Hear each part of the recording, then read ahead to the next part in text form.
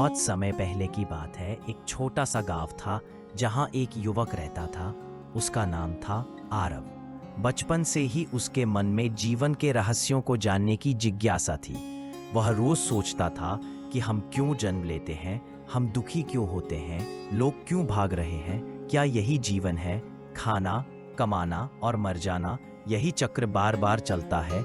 लेकिन क्या कोई रास्ता है जहां शांति मिले, कुछ ऐसा जिसे पाने के बाद और कुछ पाने की जरूरत न हो? इन्हीं विचारों में डूबा वह अक्सर नदी के किनारे बैठा रहता। गांव वाले उसे पागल समझते, क्योंकि न तो वह खेतों में काम करता, न ही किसी दौड़ में शामिल होता। पर आरव का मन स्थिर नहीं होता था। उसके भीतर एक गहरी बेचैनी थी। एक दिन वह गांव छोड़कर निकल पड़ा। जंगलों में भटकता रहा। कई साधुओं से मिला, कई ग्रंथों को पढ़ा, पर संतोष नहीं मिला। फिर एक दिन वह एक गुफा के पास पहुंचा। वहां एक वृद्ध योगी तपस्यारत थे। आरव ने उन्हें प्रणाम किया और पूछा, महाराज, क्या आप मुझे जीवन का सत्य बता सकते हैं? मैं वर्षों से भटक रहा हूं, मेरी आत्मा थकी हुई है। योगी ने आंखें खोली। उनकी आंखों में समंदर जैसी गहराई थी। उन्होंने कहा, सत्य जानना है तो पहले खाली होना होगा। तू अपने भीतर बहुत कुछ लेकर घूम रहा है, अपेक्षाएं, भय, भविष्य की चिंता और अतीत का बोझ। जब तक तू ये सब नहीं छोड़ता, तब तक सत्य तुझसे दूर रहेगा। आरव ने पूछा, तो मुझे क्या करना होगा? योगी बोले, शून्य बन जा। आरव चौंका। शून्य? शून्य तो कुछ नहीं होता, वह तो खाली होता है, उसका कोई मूल्य नहीं। योगी मुस्कुराए और बोले, यही तो सबसे बड़ा भ्रम है। तू शून्य को समझे बिना सब कुछ पाना चाहता है, लेकिन सच्चाई यह है कि जब तू शून्य बन जाएगा, तब सब कुछ तुझे स्वतः ही प्राप्त हो जाएगा। आरव उस दिन से गुफा में ही रुक गया। वह ध्यान करने लगा, मौन साधना करने लगा। उसके भीतर की हलचल धीरे धीरे शांत होने लगी, जैसे कोई नदी समंदर में समा जाए। वैसी ही उसका अस्तित्व विलीन होने लगा। महीनों बीत गए। कभी वह भूखा रहता, कभी बारिश में भीगता, पर अब उसके भीतर कोई चाह नहीं बची थी। एक दिन ध्यान के गहरे क्षण में उसे अनुभव हुआ कि वह कोई व्यक्ति नहीं है, न उसका नाम है, न कोई पहचान, न कोई लक्ष्य। बस एक शुद्ध चेतना है, एक मौन जिसमें सब कुछ समाया हुआ है। और वहीं उसे अनुभूति हुई शून्य की। एक ऐसा शून्य जो पूर्ण है, जिसमें कोई अभाव नहीं, न कोई डर, न कोई लालच, बस शांति, आनंद और विस्तार। अब वह समझ गया था कि शून्य का अर्थ कुछ नहीं बल्कि सब कुछ है। जैसे शून्य जोड़ने से किसी संख्या का मूल्य कई गुना बढ़ जाता है, वैसे ही जब मनुष्य अपने भीतर के शून्य से जुड़ता है, तब वह ईश्वर से जुड़ता है। अब आरव गांव लौटा, पर वह अब आरव नहीं था। उसकी आंखों में एक चमक थी, एक स्थिरता। लोग उसे देखकर मंत्रमुग्ध हो जाते। वह कुछ कहता नहीं था, पर उसकी मौन उपस्थिति ही लोगों को भीतर से बदल देती। धीरे धीरे लोग उसकी बातें सुनने आने लगे। एक दिन एक युवक आया और बोला, महाराज, मुझे सब कुछ चाहिए, सफलता, प्रेम, सम्मान, शांति, कृपया मुझे रास्ता बताइए। आरव ने मुस्कुराकर कहा, सब कुछ चाहिए तो शून्य बन जा। युवक ने पूछा, पर मैं तो कुछ बनना चाहता हूँ। शून्य तो कुछ नहीं होता। आरव ने कहा, जैसे मिट्टी का घड़ा खाली होता है, तभी उसमें पानी भर सकता है, वैसे ही जब तक तू भीतर से खाली नहीं होता, कब तक तुझ में ब्रह्म नहीं उतर सकता।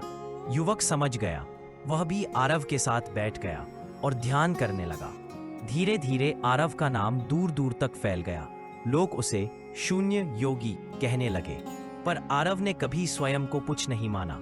वह कहता, मैं कुछ नहीं हूं, मैं तो बस एक माध्यम हूं, ईश्वर की चेतना का। और जैसे ही मैंने खुद को मिटा दिया, वही चेतना मुझ में प्रकट हो गई। समय बीतता गया, पर आरव उसी शून्य में स्थित रहा। उसके लिए जीवन और मृत्यु एक समान हो गए थे। एक दिन ध्यान में बैठते हुए वह शरीर छोड़ गया। लोग दुखी हुए, पर उन्होंने देखा कि गुफा की दीवारों से, पेड़ों से, हवा से और उनके हृदयों से एक ही वाक्य गूंज रहा था, शून्य ही सब कुछ है। और यहीं से एक नया युग शुरू हुआ, जहां लोगों ने जीवन की दौड़ से बाहर आकर भीतर की यात्रा शुरू की, जहां महत्व होने का नहीं, न होने का था। और लोग समझने लगे कि सबसे बड़ी ताकत है कुछ न होना, शून्य होना। क्योंकि जब तुम कुछ नहीं होते, तब तुम सब कुछ होते हो। बहुत पहले हिमालय की गोद में एक छोटा सा गांव बसा था। उस गांव में एक बालक का जन्म हुआ जिसका नाम वेदांत रखा गया। बचपन से ही उसकी आंखों में एक गहराई थी, मानो वह पृथ्वी पर कोई विशेष उद्देश्य लेकर आया हो। वह जब भी आकाश को देखता उसे कुछ अदृश्य संसार दिखाई देता। जब वह किसी के मरने की खबर सुनता तो चुपचाप बैठकर घंटों सोचता रहता कि मृत्यु के बाद क्या होता है, आत्मा क्या होती है, ब्रह्म किसे कहते हैं, हम ध्यान क्यों करें, पुनर्जन्म होता भी है या नहीं। ये प्रश्न उसकी उम्र से कहीं बड़े थे। लोग उसे अलग समझते, पर उसकी माँ जानती थी कि वह कोई साधारण बालक नहीं है। वेदांत बड़ा हुआ और उसकी जिज्ञासाएं और गहराती गईं। वह गांव बहुत पहले हिमालय की गोद में एक छोटा सा गांव बसा था। उस गांव में एक बालक का जन्म हुआ जिसका नाम वेदांत रखा गया। बचपन से ही उसकी आंखों में एक गहराई थी, मानो वह पृथ्वी पर कोई विशेष उद्देश्य लेकर आया हो। वह जब भी आकाश को देखता उसे कुछ अदृश्य संसार दिखाई देता। जब वह किसी के मरने की खबर सुनता तो चुपचाप बैठकर घंटों सोचता रहता कि मृत्यु के बाद क्या होता है, आत्मा क्या होती है, ब्रह्म किसे कहते हैं, हम ध्यान क्यों करें, पुनर्जन्म होता भी है या नहीं। ये प्रश्न उसकी उम्र से कहीं बड़े थे। लोग उसे अलग समझते, पर उसकी माँ जानती थी कि वह कोई साधारण बालक नहीं है। वेदांत बड़ा हुआ और उसकी जिज्ञासाएं और गहराती गईं। वह गांव के पुजारी से सवाल करता है, क्या आत्मा अमर है? पुजारी कभी शास्त्रों का हवाला देते, कभी चुप हो जाते, क्योंकि वेदांत के प्रश्न सीधे आत्मा की गहराई को छूते थे। एक दिन गांव में एक वृद्ध साधु आए। उनका नाम था निर्गुण बाबा। वे वर्षों से ध्यान करते थे। वेदांत उनके पास गया और बोला, बाबा, मैं जानना चाहता हूं कि आत्मा कौन है, ब्रह्म क्या है, ध्यान क्यों करना चाहिए, मृत्यु के बाद क्या होता है और क्या मैं फिर जन्म लूंगा। बाबा मुस्कुराए और बोले, तू वही प्रश्न पूछ रहा है जिसके उत्तर खोजते खोजते अनगिनत जन्म बीत जाते हैं। पर यदि तू सच में जानना चाहता है तो आ, मैं तुझे वह मार्ग दिखाता हूँ जो आत्मा से शुरू होकर ब्रह्म में समाप्त होता है। और उसी दिन वेदांत ने अपने पुराने जीवन को त्याग दिया, अपने माता पिता से विदा ली और बाबा के साथ हिमालय की ओर चल पड़ा। रास्ते में बाबा उसे बताते रहे कि आत्मा शरीर नहीं है, मन भी नहीं है, विचार भी नहीं है। आत्मा वह प्रकाश है जो इन सब से परे है, जो मृत्यु के बाद भी बना रहता है। ध्यान वह साधन है जिससे तू अपनी आत्मा को जान सकता है, और जब आत्मा को जान लेगा तो ब्रह्म को पालेगा, क्योंकि आत्मा और ब्रह्म अलग नहीं है। आत्मा बिंदु है और ब्रह्म महासागर। ध्यान के माध्यम से यह बिंदु महासागर में विलीन हो जाता है। वे गुफाओं में पहुंचे जहां शांति गूंजती थी। बाबा ने उसे मौन साधना करवाई और कहा, अब बोलना नहीं, बस देखना, सुनना और भीतर उतरते जाना। वेदांत कई दिनों तक बस बैठा रहा। उसकी आंखें बंद थीं, पर भीतर जैसे कोई प्रकाश चल रहा था। वह देख रहा था अपने जन्मों को, जैसे कोई चलचित्र उसकी आंखों के सामने चल रहा हो। उसने देखा कि वह पहले भी कई बार जन्म ले चुका है, कभी राजा, कभी साधु, कभी भिखारी। हर जीवन में एक अधूरी खोज थी, और वह खोज यही थी, मैं कौन हूँ, आत्मा क्या है, मृत्यु क्यों आती है और यह सब क्यों चलता है। एक दिन ध्यान में उसे अनुभव हुआ कि उसका शरीर तो एक वस्त्र है जो हर जन्म में बदलता है, पर आत्मा वही रहती है, अमर, अचल, अविनाशी। उसने मृत्यु को देखा और पाया कि मृत्यु तो एक दरवाजा है, एक जीवन से दूसरे जीवन की यात्रा का एक पड़ाव। जैसे रात के बाद सुबह आती है, वैसे ही मृत्यु के बाद पुनर्जन्म आता है, पर यह चक्र तब तक चलता है जब तक आत्मा ब्रह्म को न पाले। और ब्रह्म क्या है? वह असीम शांति है जो शब्दों से परे है, जो ना दिखती है, ना पकड़ी जा सकती है, पर जो सब में व्याप्त है। एक दिन बाबा ने पूछा, अब बता वेदांत, क्या तू जान पाया कि तू कौन है? वेदांत की आंखों से आंसू बहने लगे। यह बोला, बाबा, अब मुझे सब कुछ मिल गया, परंतु अब कुछ पाने को बचा ही नहीं, क्योंकि जो पाना था वह मैं स्वयं था। मेरी आत्मा ही ब्रह्म है, और ये सब जानने के लिए मुझे खुद को मिटाना पड़ा, अपने अहंकार को खत्म करना पड़ा।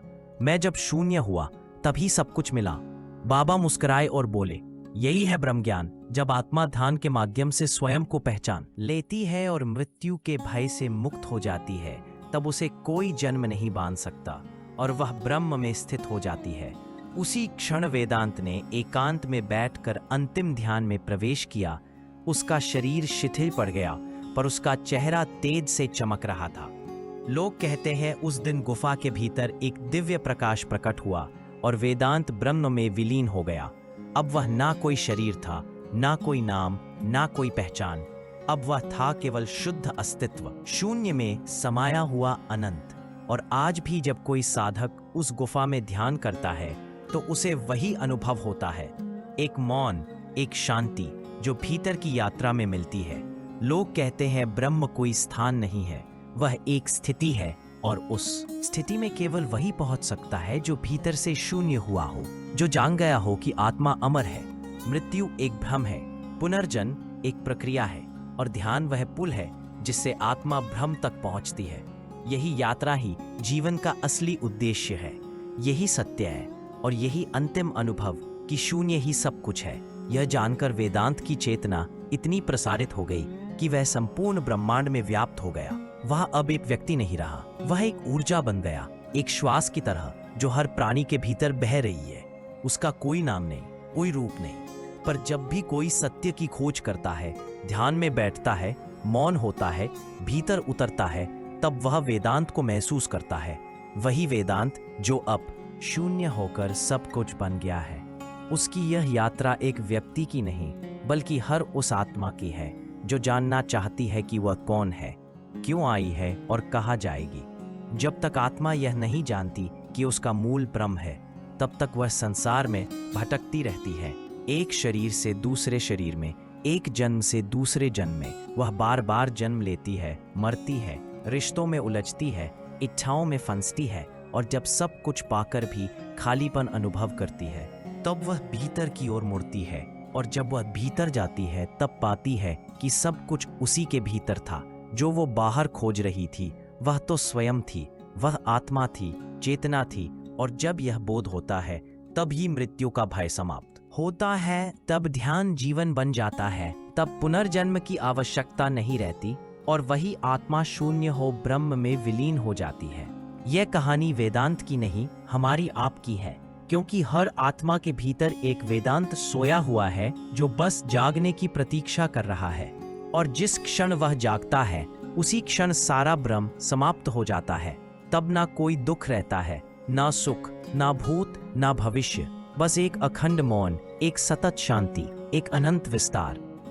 और वही है ब्रह्म, वही है आत्मा, वही है ध्यान, वही है मृत्यु के पार का जीवन, और वही है शून्य जो दिखता तो कुछ नहीं, पर उसी में सब कुछ समाया हुआ है। वही वेदांत अब सबके भीतर की चेतना बन गया है, जो हर बार जब कोई व्यक्ति दुख में होता है, उसे अंदर से पुकारता है कि बाहर नहीं, भीतर देख, तू खुद को जान, अपने अस्तित्व की ओर लौट, आत्मा को पहचान, क्योंकि वही तेरा असली स्वरूप है। एक बार जब तू आत्मा को देख लेगा, तो मृत्यु भी तुझे भयभीत नहीं कर पाएगी, और तब तुझे ज्ञान होगा कि तू कभी मरा ही नहीं, तू तो केवल यात्रा करता रहा।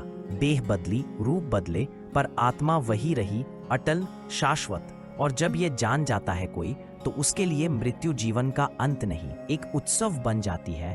पुनर्जन्म उसकी इच्छा पर निर्भर हो जाता है। वह चाहे तो लौटे संसार में सेवा करने, चाहे तो ब्रह्म में समा जाए। यह पूर्ण स्वतंत्रता ही आत्मज्ञान है, और वही शून्य में विलीन होकर सब कुछ पाने की चरम अवस्था है। शून्य का अर्थ खाली नहीं बल्कि पूर्ण है। जैसे आकाश जो सबको समेटे है पर खुद अदृश्य है, वैसे ही ब्रह्म, आत्मा और चेतना जो हर पल हमारे साथ है पर हमें दिखते नहीं, जो उन्हें जान लेता है वह मुक्त हो जाता है, वह मोक्ष को पा लेता है। और यही वेदांत की अंतिम सीख थी, शून्य ही सब कुछ है।